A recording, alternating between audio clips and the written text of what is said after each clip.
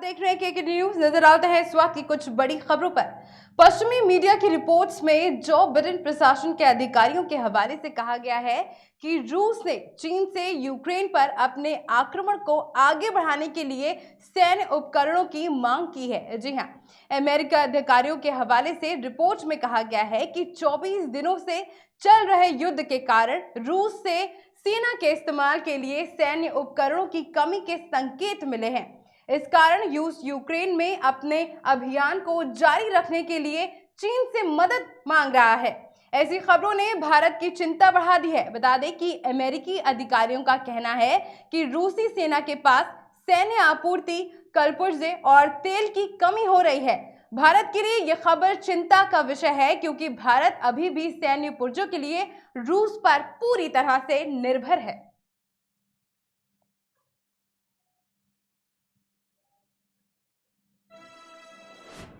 चीनी राष्ट्रपति ने उठाया ताइवान का मुद्दा। बता दें कि अमेरिका के राष्ट्रपति जो बिडेन ने शुक्रवार को चीन के राष्ट्रपति शी जिनपिंग से वीडियो कॉल पर बातचीत की। बातचीत के दौरान बाइडेन ने जिनपिंग से कहा कि अगर चीन के समर्थन के बाद रूस या यूक्रेन के शहरों पर आक्रमण करता है तो इसके गंभीर परिणाम भुगतने होंगे। व्हाइट हाउस की ओर से कहा गया कि दोनों नेताओं के बीच करीब 2 घंटे तक चली बातचीत यूक्रेन में रूस के हमले पर केंद्रित रही। साथ ही अमेरिका चीन संबंधों और अंतर्राष्ट्रीय संकट पर भी बातचीत हुई।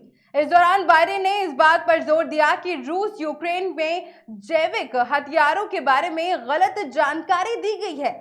उन्होंने कहा कि रूस की ओर से यूक्रेन में क्रूर कार्यवाही की जा रही है। ऐसे में चीन की ओर से रूस को प्रत्यक्ष समर्थन देने पर भी गंभीर परिणाम भुगतने होंगे, जो न केवल संयुक्त राज्य अमेरिका के चीन को संबंधित बल्कि दुनिया पर भी गलत प्रभाव डालेगा।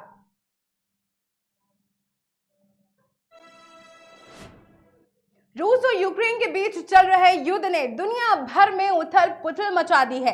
कई देशों के राष्ट्रीय अध्यक्ष इस युद्ध को रोकने की कोशिश कर रहे हैं। इस बीच आज यानी कि शनिवार को एशिया में क्वाड के 2 अहम साथियों जापान और भारत के बीच अहम बातचीत होगी। अहम रणनीतिक मंथन और चर्चा के लिए जापान के प्रधानमंत्री किशिदा फूमियो 19 मार्च को दोपहर भारत पहुंच रहे हैं। बता दें कि पीएम का पदभार ग्रहण करने के बाद जापान के प्रधानमंत्री फूमियो किशिदा पहली बार आज भारत आएंगे। जापानी पीएम 19 मार्च की दोपहर भारत पहुंचेंगे और रविवार 20 मार्च की सुबह रवाना हो जाएंगे। इस दौरान वो 14वें भारत जापान वार्षिक शिखर सम्मेलन में भाग लेंगे।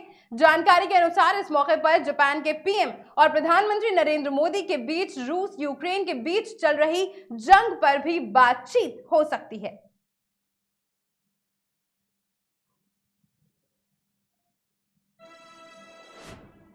रूस यूक्रेन युद्ध 24 दिनों से रुकने का नाम नहीं ले रहा।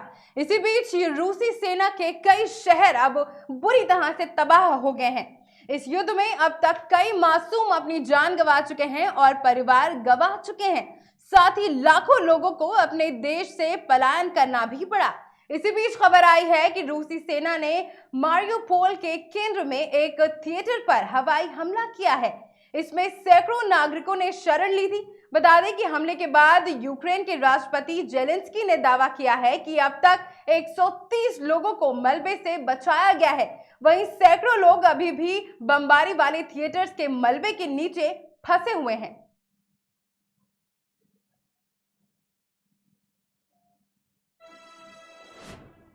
रूस यूक्रेन युद्ध का 24वां दिन है। इस दौरान रूस ने लगभग पूरे यूक्रेन को बर्बाद कर दिया है। संयुक्त राष्ट्र के मुताबिक यूक्रेन में अब तक कम से कम 816 नागरिकों की जान जा चुकी है। वहीं मिली जानकारी के अनुसार रूस के चल रहे सैन्य अभियान के बीच यूक्रेन के बैलिस्टाल आर्टिमोम दर्शन की मौत हो गई है। बता दें कि 43 साल के दर्शन बीते गुरुवार को रूस के चलाए जा रहे सैन्य अभियान में घायल हो गए थे और इलाज के दौरान उनकी मौत हो गई, जिसके बाद यूक्रेन के राष्ट्रपति जेलेंस्की ने कहा है कि शांति और हमारे लिए सुरक्षा पर सार्थक बातचीत ही रूस के लिए हमलों के दौरान की गई गलतियों में होने वाले नुकसान को कम करने का एकमात्र मौका है। उन्होंने आगे कहा कि ये समय मिलकर बातचीत करने का है। अगर ऐसा नहीं होता है तो रूस को काफी नुकसान होगा। इसकी भरपाई करने के लिए ये देश काफी पीछे जा सकता है।